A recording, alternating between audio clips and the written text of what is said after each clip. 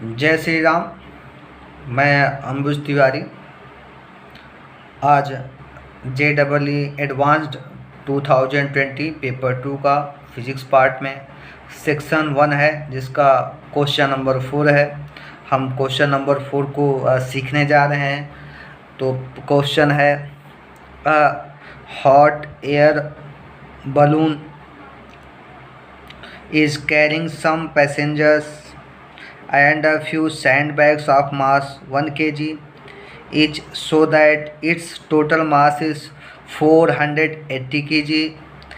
Its effective volume, giving the volume its buoyancy is V. The balloon is floating at an equilibrium height of 100 meter. When n number of sandbags are thrown out, the balloon rises to a new equilibrium height close to 150 with its volume remaining unchanged if the variation of density of air with height h from the ground given rho function of h equal to rho naught e raised minus h upon h naught, where rho naught equal to 1.2 kg meter raised minus 3 and h naught equal to 6000 meter, the value of n. तो हमें इस problem में एक balloon है, hot air balloon है, और वो कुछ पैसेंजर और कुछ सैंड बैग, बालू से भरा हुआ बैग है, और इच बैग का मास 1 kg है। वो ऊपर की तरफ उड़ रहा है और टोटल मास 480 kg है। और effective volume, giving the volume मतलब जितना उसका इफ़ेक्टिव वॉल्यूम है वो बाउंसिंग के लिए V है। तो इफ़ेक्टिव वॉल्यूम क्या होता है? Volume displaced by the hot air balloon of air, तो V है। द बैलून इज, फिर बोल रहा है फ्लोटिंग एट एन इक्विलिब्रियम में फ्लोट कर रहा है एट हाइट 100 मीटर पे। तो इक्विलिब्रियम पे फ्लोट कर रहा है। तो अगर इसके बाद पूछा कि उसमें से n number of sand bags, बालू से भरा हुआ जो बैग है उसको n नंबर नीचे की तरफ बाहर फेंक दिया जाता है, तब बलून जो है राइजेज टू न्यू इक्विलिब्रियम, तो बलून और ऊपर हाइट पे चला जाता है 150 मीटर पे, और उसमें its volume remaining unchange, effective volume change जो है नहीं हो रहा है। तो if the variation of density of air with height, air का डेंसिटी का वेरिएशन दिया गया है, rho h equal to rho naught e power minus h upon H naught. तो इसमें एन की वैल्यू फाइंड करना है। तो देखिए, ये जो प्रॉब्लम है हम इसको आर्किमिडीज प्रिंसिपल यूज करके सॉल्व करेंगे। This problem is solve by using the Archimedes principal. तो आर्किमिडीज प्रिंसिपल क्या होता है?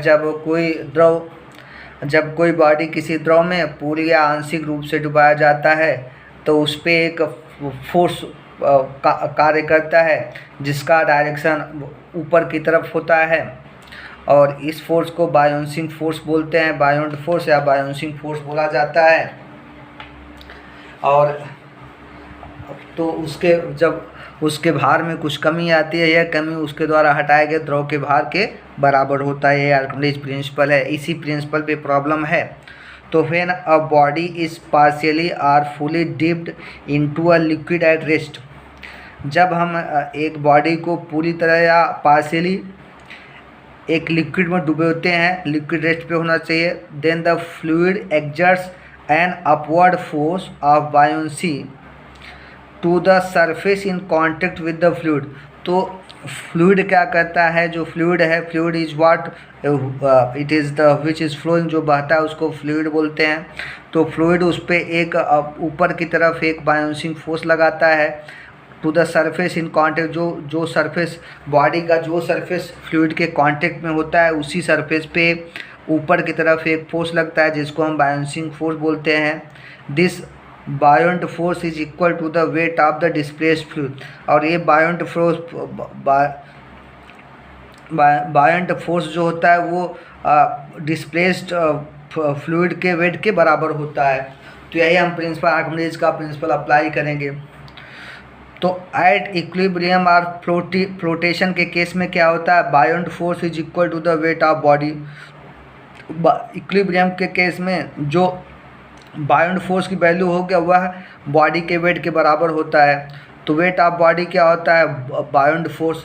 अब हम थोड़ा सा बायोंड फोर्स पे डिस्कस कर लेते हैं। तो बायोंड फोर्स क्या होता है, is equal to the weight of displaced liquid. Buoyant force क्या होता है, जितना लिक्विड बॉडी डिस्प्लेस्ड करता है उसी के बराबर, उसके वेट के बराबर बायोंड फोर्स होता है। और बॉडी क्या होता है, बॉडी अपने वॉल्यूम के बराबर फ्लूइड के वॉल्यूम को डिस्प्लेस्ड करता है। The body is displaced fluid of equal volume as volume of it. मतलब कि कोई भी बॉडी किसी भी फ्लूइड में, एयर हो या वाटर हो या लिक्विड हो, तो वो अपने वॉल्यूम के बराबर ही एयर को डिस्प्लेस करेगा या लिक्विड को डिस्प्लेस करेगा फ्लोटिंग के कंडीशन पे। तो अभी हम इसी आर्किमिडीज प्रिंसिपल से इस प्रॉब्लम को सॉल्व करते हैं। अब देखिए, जो buoyant force acting on a hot air balloon पे जो बायोंड फोर्स लगेगा, एफ बेस यू से रिप्रेजेंट किया, मतलब अपथ्रस्ट फोर्स है, यू रिप्रेजेंट अपथ्रस्ट ऊपर की तरफ। तो ये होता है weight of displaced air by hot air balloon. तो हॉट एयर बैलून जितना एयर डिस्प्लेस्ड करेगा उसके वेट के बराबर होगा। तो ये क्या होता है, इक्वल टू क्या होगा, अपथ्रस्ट फोर्स या बायोंड फोर्स। तो effective volume of hot air balloon का जितना इफेक्टिव वॉल्यूम होगा उतना ही एयर डिस्प्लेस्ड होगा, इनटू डेंसिटी ऑफ एयर का density into acceleration due to gravity है। तो एफ यू अपथ्रस्ट फोर्स या बायोंड फोर्स की वैल्यू होगा, effective volume of hot air balloon दिया है वी है, डेंसिटी रो इंटू जी हो गया। अब इसके बाद weight of hot air balloon क्या होगा, एम जी होगा, वेयर एम क्या है, mass of hot air balloon. अब इक्विलिब्रियम के केस में क्या सो एट इक्विलिब्रियम या फ्लोटेशन के केस में M G equal to F upthrust या एफ बेस यू अपथ्रस्ट या बायोंड फोर्स। तो एम जी इक्वल टू हो जाएगा वी रो जी। अब पहला कंडीशन है अकॉर्डिंग टू फर्स्ट कंडीशन यह है कि mass of hot air balloon with sand bag and passenger 480 kg and rho की वैल्यू है rho naught e power h upon H naught. यहाँ पे हम एच वन लेंगे 100 मीटर, मतलब एच वन ऊँचाई पे, तो 400 g equal to V rho naught e power h one upon H naught g. H one की वैल्यू पुटअप करेंगे एच वन हाइट पे, तो हो गया 480 equal to rho naught e power minus h upon H naught. H one की value 100 है, put up करेंगे तो 480 equal to V rho naught e power 100 upon H naught. इसको हम इक्वेशन सेकेंड सपोज करेंगे। अब दूसरा कंडीशन जो है,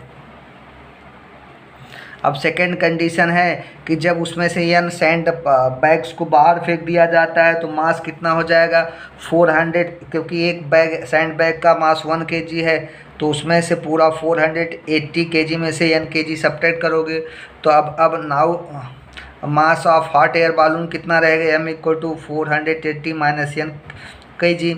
और h2 कितना है, हाइट ऊपर की तरफ 150 मीटर गया, और rho equal to rho naught e power minus h2 upon H naught हो जाएगा, h के इंस्टेड पे h2 रख देंगे, तो ये हो गया 480 minus n into g into V rho naught ई raise minus h2 upon H naught g जिस कैंसिल हो गया, ये आया 480 minus n bracket close into g V rho naught e power 150 upon H naught g, ये value आ गया।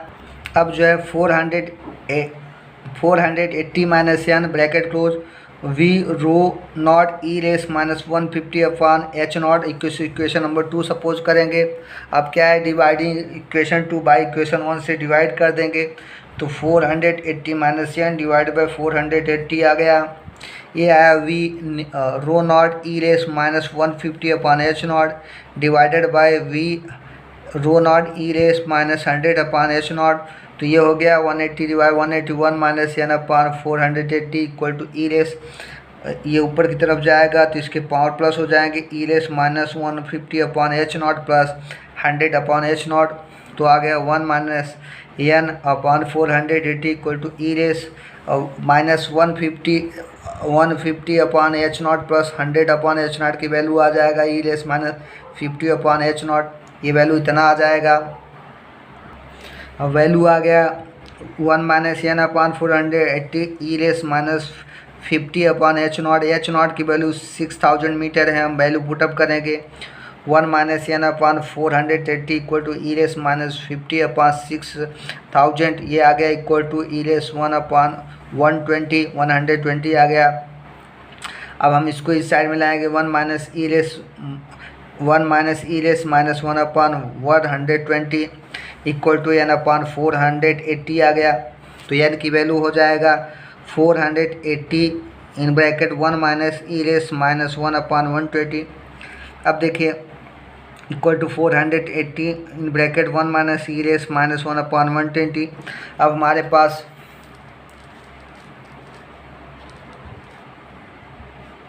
अब ये हमारा आ गया 400 यानी कि 480 in bracket 1 minus e raise minus 1 upon 180 आ गया। अब हमारे पास फार्मूला है एच ई पावर एक्स क्या होता है 1 plus x 2 factorial plus x 3 factorial. अब यहाँ पे एक्स की वैल्यू सबसे कम 1 से कम होगा, तो 1 upon 120 is more less than 1, तो इसको हम सो ई पावर 1 अपॉन 120 को एक्सपेंड करेंगे, this is equal to 1 minus 1 upon 20 और हायर ऑर्डर को निगलेक्ट कर देंगे। तो ये हो गया 480 1 माइनस 1 अपॉन 120, तो हो गया 480 1 माइनस 1 प्लस 1 अपॉन 120, 1 कैंसिल हो गया, बचा 480 into 1 upon 20, then this divide यानी इक्वल टू 4, तो 4 बैग्स को बाहर फेंक देंगे। इस प्रकार हम इस प्रॉब्लम को सॉल्व कर लेते हैं। धन्यवाद।